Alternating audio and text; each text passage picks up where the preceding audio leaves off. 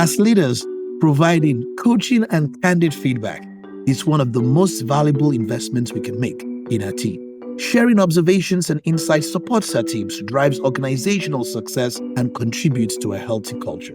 In this episode, I am delighted to be joined by really amazing SVPG partner, Martina Lauchengco, who will join me to discuss why providing feedback is such a critical skill, how often it should be happening. Spoiler, this is not an annual review, and how to get better at these potentially challenging conversations.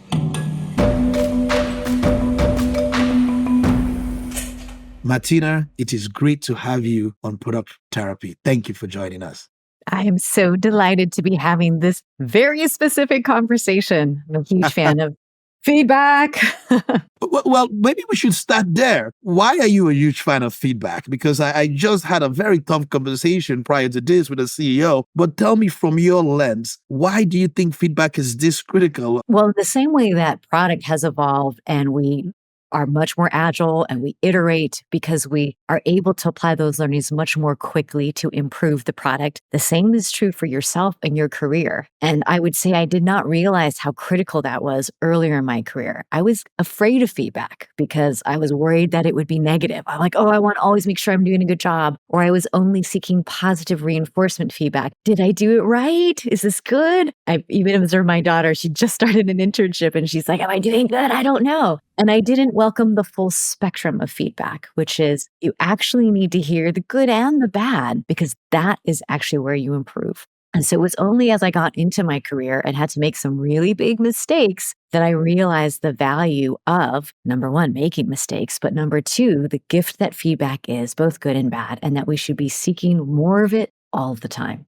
That is just pure gold. And I say that because you know how we always say when you become a leader of product people, the product is no longer the things you build, but the people under your care. And you kind of drew this for me very quickly to kind of see if we were building a product, we will want to get customer feedback. We will want to get insights on, is it working well? How is it doing? And if you are a leader or a coach of people, you should do the same with your product. And as an individual, even trying to get yourself better, you should seek feedback. Now, in this dynamic, I understand it's kind of like a two-way street. On one end, we have managers and leaders that have to get good at giving feedback. On the other hand, you're kind of saying as an individual, we should seek feedback if we want to improve, and that's good or bad feedback. Now, sometimes right off the bat, this can be broken on both fronts, meaning there are people that don't like to receive feedback, and there may be managers or leaders that suck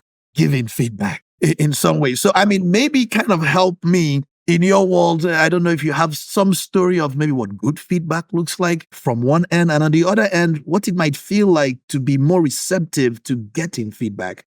Yes. Well, I will say part of why I'm such a fan of this conversation, I'll say first, I think anyone that wants a guidebook, literally, the book on this is Radical Candor. So I can't recommend that book enough. That being said, I was introduced about 20 years into my career into a really instructive framework that helps you have any kind of feedback that might be challenging. And the very first thing, and this is the most important thing, is to establish the context of why you're having the feedbacky conversation. Christian, I really value our working relationship. And I want to talk to you about the last meeting we just had that actually felt uncomfortable. Here's my experience of it. Then I tell you my version of it, acknowledging that it was my experience. Christian, when you said this about the product decision I had made, it felt like you were judging me and that you had felt like I'd made a really bad decision, even though I'd really researched it. I'm sure that wasn't your intent, but it made me feel like shit in front of all of my peers. Then here's the key. So number one, establish context. Number two, say your side of the story. But number three, and this is the important thing that all of us miss, is ask for the other person's version of the story. Christian, I am curious what your experience of that was. And then you might explain to me, oh my gosh, Martina, I wasn't even thinking about it. I just made that comment completely off the cuff. I had no idea how it might come across. You were right. I should have thought more about the context of how that might land in your peers. I trust your judgment. And 99% of the time, you and I are aligned. So I was surprised that we weren't. And so that's why I brought voice to it so quickly and in that tone. So I'm really sorry that that came across that way. Thank you so much for alerting me that that's how it came across. Then at that moment, everyone has this gift. You as a manager had a gift that you made a quick decision that to you meant something completely different that was experienced by your employees so differently. It creates peace and alignment between you two. And the context was understood. I'm not criticizing you. I'm not judging you, but I need to let you know what happened for me. And that made me feel kind of bad. And it's these kind of small conversations that if we have them all along the way, keep our collaborative relationships healthy. And this is what tends to break down, particularly in the world of product, where we have so many relationships that people start to mistake a comment here and a comment there for a behavioral shift. Or, oh, now this person doesn't like me, or I just can't work with this person anymore. We presume that these little things added up to something that might be entirely wrong. So the more you can let these things, instead of popping the balloon, have a little pinhole moment here and there. And that just keeps things much healthier. So that was my huge epiphany that, man, I wish I had this tool way earlier in my career. When you started describing that scenario, I felt uneasy or you made me uncomfortable in that. I could see that being the place in which most people get defensive and they might not even let you finish. Whoa, what do you mean in that kind of way? I wasn't trying to do that. But you called out a couple of things that I think are important to reiterate in how you're describing this framework. You're saying the first thing you want to do is kind of establish the context. In some ways, there's maybe some reaffirming the trust of who you are and they are and building that safe enough place to do that. You're telling what you experienced and also talking about how you felt in that experience, and you're asking them for their experience even before you're giving that feedback. And I like that a lot because it's almost like if someone understands that, they know they'll get a chance to narrate their experience than being defensive about the experience, because it is absolutely fair and valid for you to feel what you feel in an experience. And in some ways, you want to assume positive intent by asking for the person's version because you don't want to say,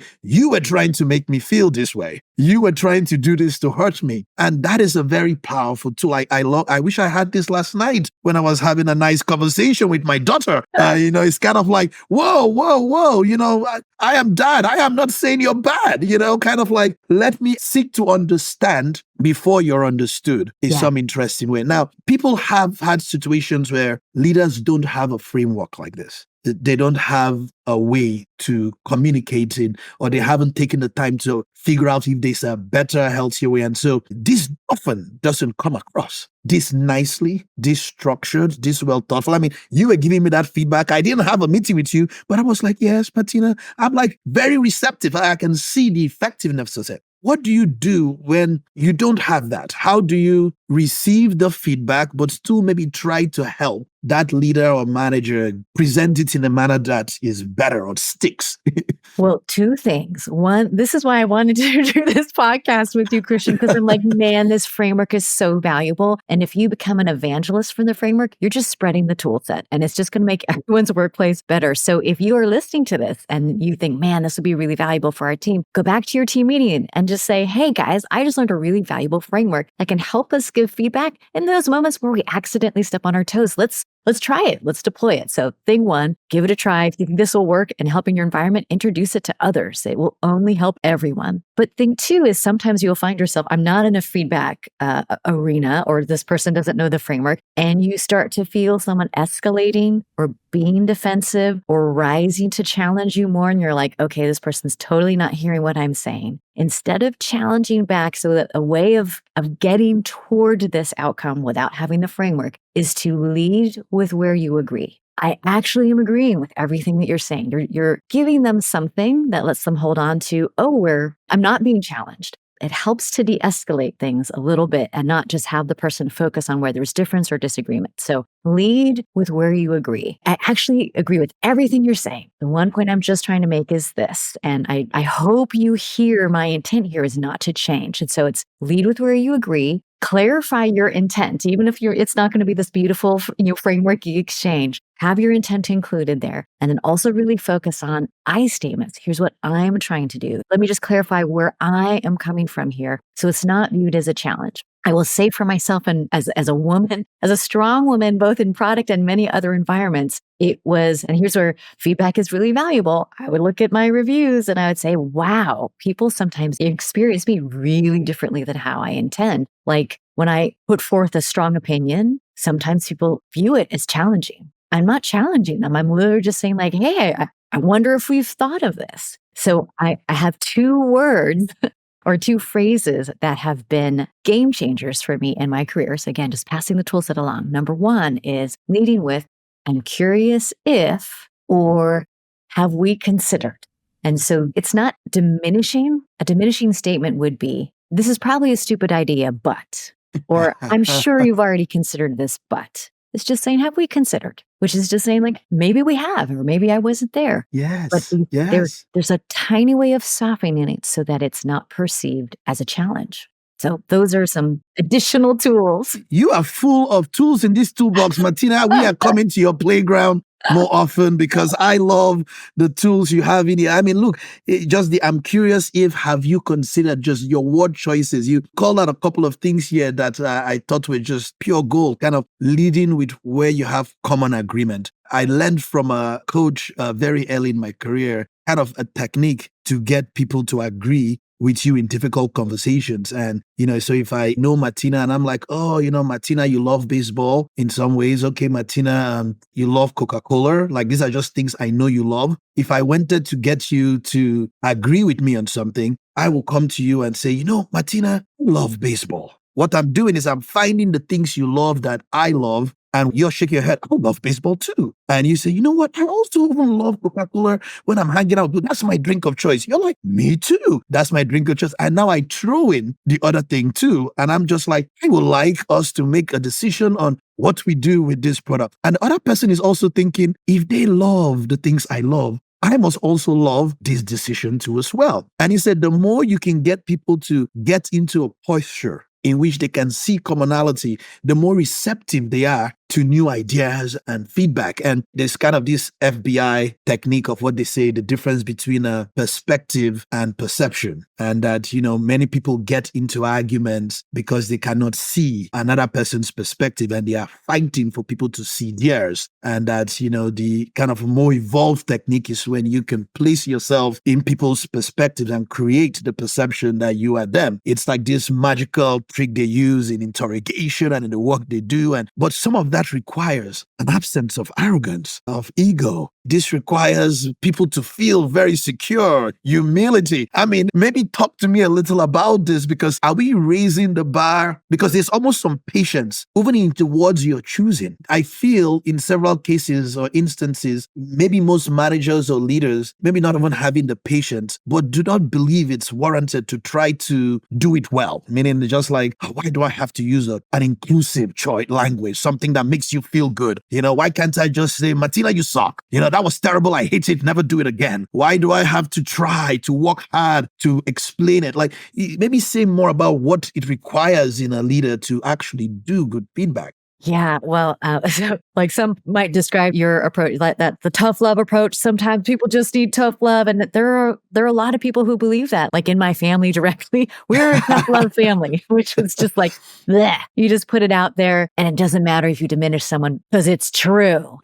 And I think the motivation as a leader to turn inward and be a little bit more humble is, and I do think this is a gift of as we get later in our careers, we realize that there is no absolute truth in a situation. It is each person's experience, and they might feel equally strongly about their version of the world. Both were present, both experienced. It can't be a battle about who is more right. It's how are we going to move forward, or how are we going to progress? And then you take it as an opportunity to learn. And so as a leader, it's easy to look at leadership when you're earlier in career and say you just acquire a bunch of skills, you get better and smarter, and then you exercise judgment and you adjudicate. Isn't that what a leader's supposed to do? And I would actually say, as I have grown as a leader, it has been the opposite. I judge less.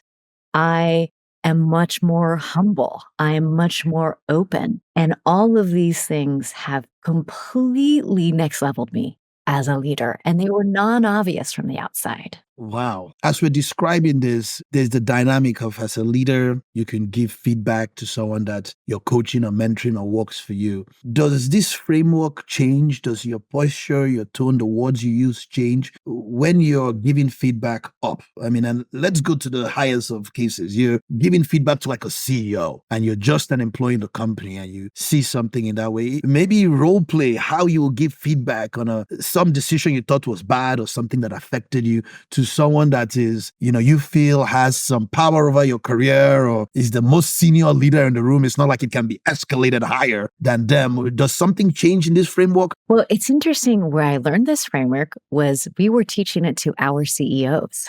Oh, And so the specific setup was we did a bunch of 360s of our CEOs at the Coast. So Coast Nova Ventures, my day job, we have a lot of earlier stage CEOs, and there are many who are CEOs for the first time. So they've been very successful executives in companies before, but being a CEO is very different. The amount of power and authority you have as the CEO is disproportional. And so you might make an offhanded comment as a CEO, and it has extraordinary impact to the entire organization. So you have to have this awareness. So we were giving them this framework so they had a tool with which to have more challenging conversations with their executive team. Because a CEO to an executive feedback situation is tough. But we realized in this that it was a powerful tool in both directions. For a CEO to feel challenged is always challenging. And so you want to do the same thing. I'm on a board. I just had a conversation recently with a CEO where I had to give him feedback. I was concerned about what was happening. And so I said, hey, I think the world of you. I think you are a great leader and there's all the stuff that you're doing well. Let me tell you why I'm concerned. And I'm curious how you are feeling. And so it let it be a super productive conversation, even though, the power dynamic is there, but he knew my intentions. We knew that we were trying to drive to the same end, which was we just want the company to be better. I wasn't trying to challenge him or judge him. And I made that really clear right up front. So I think particularly when you are trying to pass feedback up, it's to clarify. I'm not trying to judge you. I'm not trying to diminish you as a leader. We share the same goal, which is we want things to be better. And I'm not sure if we're on the same page about how to get there. And I'd love to understand your thinking because maybe there's stuff I don't see. And so it's an invitation. Maybe as a CEO or as a leader, you might say, this person can't know the things I know. It's okay to say there are things that you probably can't see that I can't tell you, but I'd love your trust that I have that perspective that you just brought to me in mind. That would be the elevated response of a very elevated leader and CEO. And I would say you're kind of asking this sometimes someone's going to swoop and poop on you. They're going to give you feedback. It's going to totally suck. And they're going to leave the room and there's nothing you can do about it. There, I would just say that's part of working in organizations and part of relationships. And sometimes we just have to deal with the suck. So let's call a spade a spade. The world is not perfect. That's right. The soup and poop is a very common product dynamic in many product organizations. The kind of the leaving the room type of thing is like, I'm just going to drop the mic. This is what we're doing. We're going to build this. And I often have to coach teams, unless it is pointedly said, it's a directive, it's an idea. But it's this like, how do you re-engage? And kind of to your framework, people try to be right. Explain yourself. Tell me. I always say, engage with saying, I want to make sure we succeed. So it opens up the stuff of like, you are not here to fight what we want to do, but you want to support it. It's kind of like a posture of saying, what does success look like? How we know we are winning at this? And you're opening people up to a deeper conversation. Now, Martina, is there where do you give feedback? Are these private conversations in side room? Is there a place you feel safer giving feedback than others? Like if it's hard feedback, do you want people around? Great question. And I would say hard feedback as much as possible privately, but in person. And it can be a Zoom call. Ideally, it's face-to-face. Email is the worst place on the planet for feedback. And here's why. No one can feel tone. There's no human being like giving an expression or connection. And so it is experienced however you hear it. And like this, it just happened to me recently. My boss, who I love, sent me feedback via email that he's like, I just wanted to send this to you on time. And he did the right thing. He's like, context, blah, blah. But then when I read his feedback, I just felt like, oh my God, I totally felt like I did something bad. And I was like, what else? And he sent it to me on a Friday. And he's like, I'm happy to talk with you more on Monday. But for the whole weekend, I was stewing over it and going like, oh my God. And then we met on Monday. I fully understood his intentions. I listened. I could appreciate the feedback and take it as the gift of what it was. And he's like, I just wanted to let you know this could have come across this way in the meeting. And that might not have been a good look. And I was like, okay, he was doing this from this place of caring and not a place of criticism. But all I saw in the email was criticism. Like, oh, that's so right. Human beings. That's why I like take the email out. It's terrible most of the time. That's right. And, it's kind of, we always say praise in public, criticize in private. But, that's kind of like an email soup and poop. They just kind of left you hanging and you want more. And, people interpret so many different things in your word choice, in your tone, in, caps. You put things in caps. It must be bad. We've talked a little about critical feedback, important feedback to kind of help people. Feedback can also be very positive. And I also feel people can blow giving positive feedback. You know how someone can try to want to give you good feedback, but you actually feel bad after they've given it to you. You're like, is that a good thing or a bad thing? Help me with a scenario of giving me good feedback in this kind of a framework, in your lens, and what ideally it should feel like when you're receiving good feedback. Yeah. So this is another place where context and specificity is very, very helpful. So if you just did a presentation, Christian, and I thought it was great, let's say I'm your boss and you've been working on your strategic skills and you just did a presentation where you nailed it. And I just said, Christian, that was excellent. Great job. And I walk away and you're like, okay, great. But you didn't actually learn what advanced my point of view, or you just, giving me a kudos to make me feel good was what was real there. But if afterwards I went and I was like, Christian, I just wanted to let you know, I saw how much extra time you spent on the strategy section. And when you pointed out how competitor A was really making a difference in competitor B's market and why we needed to respond, that was the real evidence at how much you've advanced your thinking here. So bravo, excellent work. Boy. Those are you're going to take that so differently. You're kind of differentiating like recognition, appreciation, and what real feedback is. And I think part of why this is tough for many leaders is because they are not really coaching. I was coaching a company last week and someone came to me afterwards and said, I'm struggling because my manager doesn't ever want me to talk to his boss. My manager hides all my work from his boss, never tells anything I do, never, it's like in any meeting, his boss is there, never wants me there, and I don't understand why, and I've asked him to tell me, he's like, no, I don't want you bothering the boss in that way. Just tell me what you need and I'll take it up in that way. And you kind of describe, many managers see their role as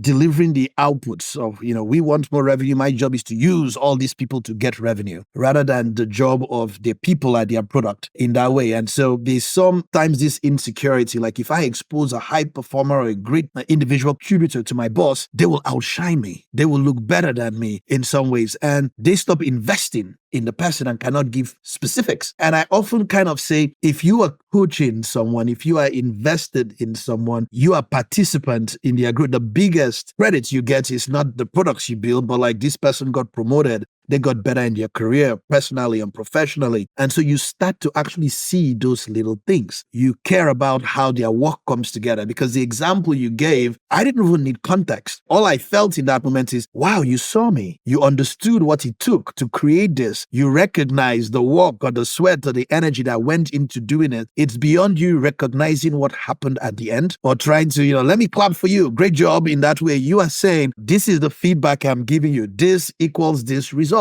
And I think that is the mindset of coaching that is often missing in many dynamics, because if you didn't care about how the presentation came together, then the best you can do is watch the outcome and say, oh, that was terrible, or, that was great, good job. But if you were actually involved in coaching the person, you could actually understand what it took. And so I think there's something to feedback in general that actually requires a mindset shift of what the role of a manager or a person in your life will be. Is like participant in helping you get better. That's the idea. You can't get better by me just appreciating or recognizing you. Yeah. You can't get better by you calling out specifics. So this is something that I actually learned for interviewing product managers, which is where I started my career. And this was a technique that Microsoft taught that I've used ever since. But it's the interviewer should be as working as hard as the interviewee during the interview. You're not just there to ask questions and listen. You're there to learn, to engage. And you should be thinking as you're listening to this person talk,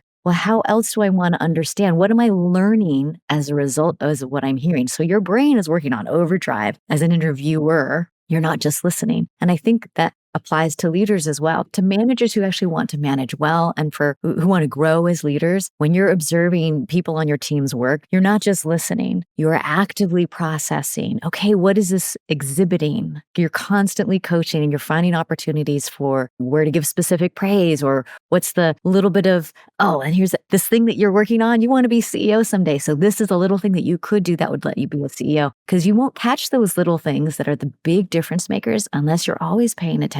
So it's not easy street to be a manager. You're just building a different muscle. Oh boy. You started by saying, like if you're a product, if you want to iterate or get better at your product, you have to be hungry to seek feedback. It's the only way you get better, good or bad feedback. And now you're kind of getting me on, if you're a manager, you have to seek opportunities to give feedback. I kind of call it teaching moments. If you're doing practice of anything, you're looking for teaching moments, and the teaching moments come like, where you can be like, freeze. All right, if try this way, or this is better. I like that kind of space in anything you do that you want to get better at. It requires you to have opportunities to practice and to get feedback on what is good or what is not working. And I think we all have to come to terms with the reality that we have blind spots. We all have insecurities. There's a vulnerability aspect to us working in an environment. I often have to remind people, you are not hired for your weakness. You are hired for your strengths. No company looks for your weakness to be like, this is why we want you. So first of all, you need to be very grounded in why you're on the team in the first place. But if you want to get better, you have to practice. And part of what comes out of practicing the work of doing is that somebody is giving you feedback about what is good, where your opportunities are, about what is not working well. This was, as I expected, just a magical, fun episode, Martina. I absolutely enjoyed the conversation on feedback. I love your frameworks and thinking and how you brought real examples into this with really clarifying context as one piece, kind of hearing both sides of the stuff, being this kind of radical candor place with trust. I think this would be such a valuable episode for our listeners. Thank you for being here. I hope so. Yes. It is so my pleasure. I'm just paying it forward. Just what a paying gift. the lessons forward. And something I've always challenged many leaders on is that if you have not experienced getting good feedback or bad feedback, whatever the case is, you will not have something to give other people. And so I think it's an important thing to leave people from this episode is probably the best way to create a culture where there is good feedback is for you to give good feedback. Because in a few minutes of just talking with you, I just loved the way even the feedback practice you did made me feel. I'm looking forward to giving that gift to others. Thank you for being here. Oh, it's my pleasure, Christian. Thank you. Want to learn more? Until next time, please check out svpg.com. Sign up for our newsletter that Maddie Kagan puts out. Join us for one of our workshops near you and get access to all of the articles and content we put out. And thank you to everyone for joining us. Until next time, have a good day. A quick disclaimer, while this podcast is named Product Therapy, it is not hosted by licensed therapists or mental health professionals, and it is in no way a substitute for professional mental health services. We recognize the importance of mental well-being and encourage anyone facing personal difficulties to seek support from qualified professionals. See www.findahelpline.com.